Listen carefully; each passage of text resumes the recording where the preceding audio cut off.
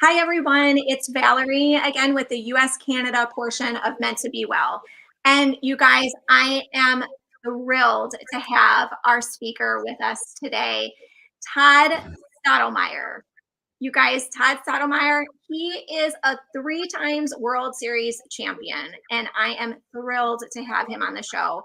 He is the 13th speaker here on the US and Canada side of day one. And Todd Stottlemyre is going to talk with us about so many incredible things. And I just want to introduce him.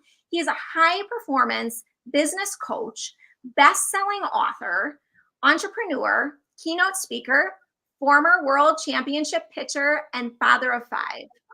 Every day, he works to help his clients achieve unparalleled success in every dimension of their lives. Welcome, Todd. It's an absolute pleasure. Thank you so much for being with us. Well, it's an honor, Valerie. Thank you. I'm lucky number 13 today, so that's Yes. awesome. That is awesome. Look, it's a pleasure. It's an honor, and hopefully, my hope and my mission really is to serve and help and inspire and other people. And my focus and mission statement really for me personally is simple. And you mentioned that I have 5 children, and that's where it really starts for me is trying to provide leadership and be a great servant actually to my kids. And the mission really is simple is that I don't know it all. Matter of fact, I always tell them I don't know much, but the things I do know, my goal is get everything that you know from me. And then, my goal for them is not to have, as much success as I've had or half the success. I actually want them to take all the information that I can provide them. Hey, stand on my head, use it as a trampoline, and go get 10 times more of that success for you. And then while you're doing the success loop, make sure you pass it on and be a river that flows where you can go help and serve other people. So, honor and pleasure to be with everyone today. Look, I want to say some very basic things just to get this thing started, and then I truly want to just talk about the lie I told myself, and for all of you out there that might be hanging on to yesterday or the bags from yesterday, hopefully this will be relatable and it'll be helpful. But at the end of the day, if we think about it, it's the meaning and story that we attach, or in our perception that we attach to the events that happen in the outside world or our life, that determines ultimately our mindset and the life we live. Matter of fact, these meanings that we give things, that we give to things, becomes our truth, even when it's a lie. See, we will always prove our meanings, or what we believe that our truth will always prove those thoughts, those meanings to be true. Matter of fact, our brain will go to work on going out and getting all the evidence to say, yes, we're right. The problem is we're not always right. Matter of fact, there was a time in my life that I actually turned a lie into my truth and then became that person. And, really what I like to do is just kind of share that story. First of all, I was very fortunate.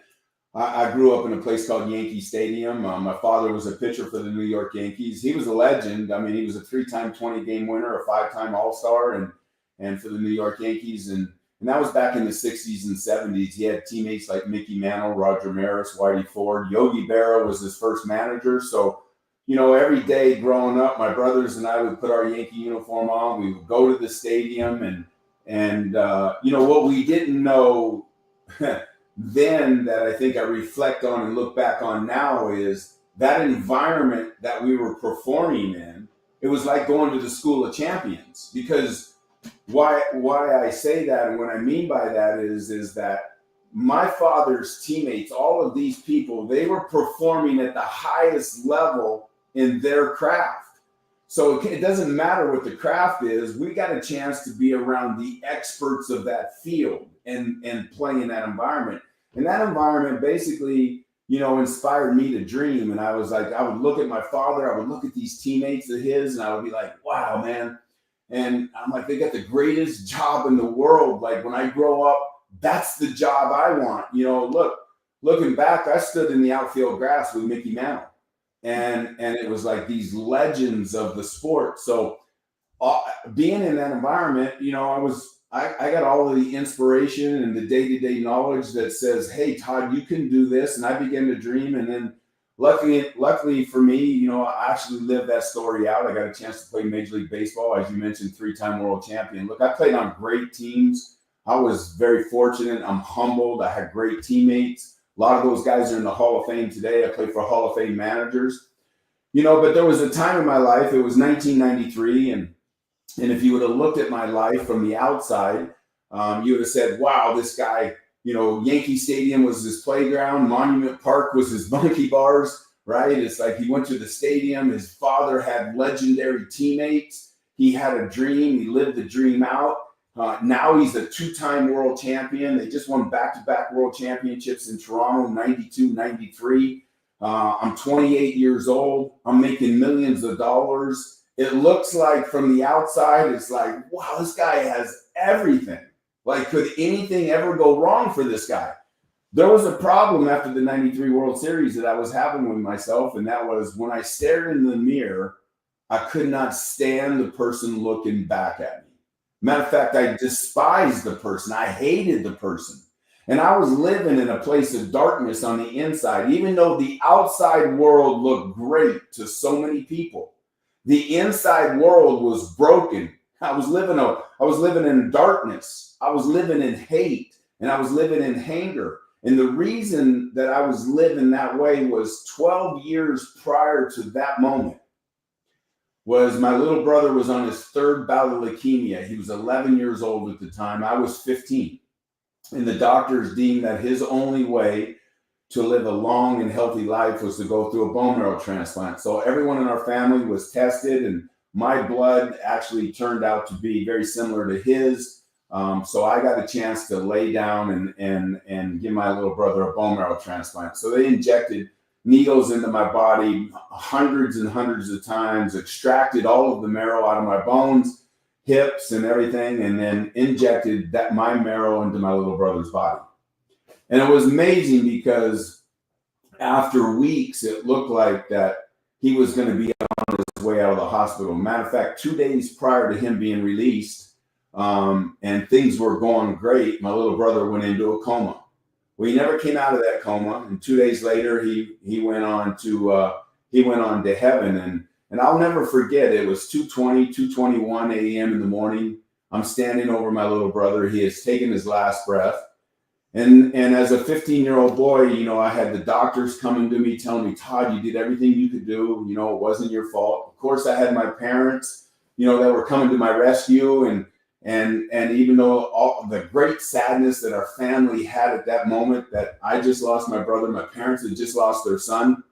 And through this whole process, but as I stood over him, I had something besides the traditional sadness. I had hate. I was mad as hell at the world. Like, I hated God. I hated everything because my little brother had been taken from me. But there was other emotions. I had guilt. And as I stood over him, I was like, it was because of me. It was my marrow that put him into a coma that ultimately took his life. I started to play killer. And even though I had everyone around me saying I did everything I could, I'm a 15-year-old boy. I had a mind of my own. And the story that I started to tell myself was, this was my fault. It was my marrow. It put him into a coma. It took his life. If it wasn't for me, he would be living today. I started I started to play killer. And the problem is, I didn't play that story once. I didn't play those emotions once. I played those emotions and I played those thoughts over and over and over. And I drove those thoughts and those emotions into my subconscious, and I became that person. I became a person of hate. I couldn't love anyone because I hated myself. You see, and what really happened was I was living a lie. You see, I wasn't living truth. I wasn't living the facts. I was living a lie, but the lie was told by me. I was playing victim. See, I was playing, and as I went through this, it was like I got to a point after the 93 World Series once again. And after looking so good from the outside, but so dark on the inside, and I was just sick and tired of landing in the same place mentally and emotionally, whether it was on a baseball field or whether it was off the baseball field. I was tired of living in hell and being in the middle of the night staring at the ceiling, just the worst of emotions, the worst of thoughts. And I reached out to a guy, and I needed help. And I reached out to the guru of Major League Baseball. He was kind of the mental coach for all of the stars of Major League Baseball, and his name was Harvey Dorfman. He wrote The Mental Game of Baseball, and I'll never forget it. It's like, I reached out to Harvey, and I said, Harvey, we need to meet. He says, man, I've been waiting on you. And I was like, wow, I didn't even realize he knew who I was. And in this meeting that we booked, it was supposed to be a 2-hour meeting. It lasted 12 hours in a hotel room. 12 hours. And in that 12-hour window, he began to peel me back the way I was thinking, what I was focused on, and all of these things. And what he realized was that I was living in pain from yesterday, 12 years earlier. I was living an old story, but I wasn't just living an old story. I was living a story I told myself that I thought was true, but it was actually a lie. See, I created my own mental mess at the end of the day. So through Harvey, what we began to do was something that it was like, what he realized was that my focus, the things I was focusing on, were things I couldn't control, number one. And the other thing he realized is that I was carrying around luggage from yesterday's traumatic event. And as we broke it down, he began to build a tool chest for me to number one is fall in love with the present moment. Mm-hmm. And that in this present moment, we can create a new history in this present moment, but also in the present moment, get to a place of focus. And the focus is nothing from what's already happened. Because he started to explain to me everything prior to this moment. There isn't one thing we can do about it, except for we can become the change and honor any of our defeats from the past by becoming the change today in the present moment and focusing on the things we can actually control. But the problem is, if you look around the world, it's like we are so focused on things we can't control. We get so emotional and so wrapped up in old stories, old luggage, old conversations, old battles. And it doesn't have to be a traumatic event. It's kind of like if you think about it, you just start having a conversation with someone and they say, man, I'm having a bad day. And the other person will say, you think you're having a bad day? Let me tell you about my bad day. And then what happens is, we want to wallow in the emotions of something that's already happened instead of focusing on the beauty of the present moment. And I will say this, one of the things I've learned in this process is the more we focus on the past, the more we block God's blessing of the future. Because you can't get the future by focusing on the past. And one of the things, like I said, is one of the things we learned and uncovered, and there's lots of tools, and I'm going to share one of the tools with you here in a minute, but it was as simple as I was focused on the wrong things. And once again, I go back to it. It's like, if you think about that story, was the perception of that event, the perception that I personally gave it was a lie. But the perception of that event, because I rewired it, and because mentally and and I got so emotional about it, I wired it into my subconscious, and I actually became that person. Mm. Here's what Harvey told me. If you can wire a traumatic event or an old story, whether it's true or not true, and you can wire it into your subconscious and you can become that person, what that truly means is that we can wire whatever story we can dream about, and we can start to become that person. And when he said that, I was almost like, wow, that is almost like, for me at that moment, it was like, this is the coolest thing in the world. Mhm. So I was like, well, and then he said, well, what story do you want to create? Because you've already created an old story that's a mess, that's no fun, that's stealing your life. He goes, let's create a new story. What is it that you want? What are your desires? And at that very moment, we created what we call today the championship statement. And the championship statement is what my offer is to everyone today. It's a free packet to really uncovering, peeling back the onion, and developing the world that you want to live, developing a new story, creating a new story. And it's very simple how to get the packet. It's like, and we come up with a thing you can text champ, short for championship statement, text champ, and text it to this number, 602-641-4180. By the way, anybody who texts that is going to get this free resource. And then I'm going to tell you, it's a life-changing resource. It's not just any resource.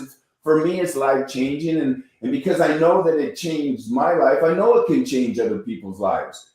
But we're also going to take it a step further, and that anybody who texts that and gets the championship statement, I did a boot camp early in the year that it was $1,000 to get into the boot camp. It was an 8-week course. We've broken into 8 different modules, and we've created it into an audio program that I sell on my website. We're going to give that away for free today to one person. Mm-hmm. So we want to make sure that, we can provide value. But let me go back, before I close and turn it back over to you. The championship statement is creating the story you desire. And I got to tell you, it's like, how big can we dream today?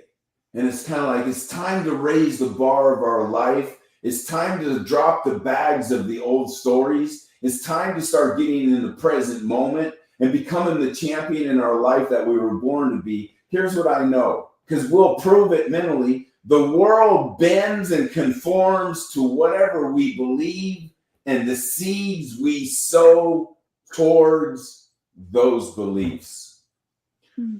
Valerie, I just, once again, I want everyone to get this championship. I just know how great of a resource it's been for me. It costs you nothing. It just takes some time to work. We've got tools to help you build it. Once again, you can text CHAMP to 602-641-418 or 4180.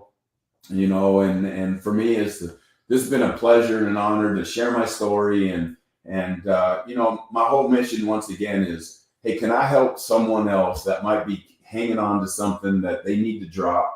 But more importantly is, I want to be able to share something in the tool with someone that says, hey, there's better days ahead.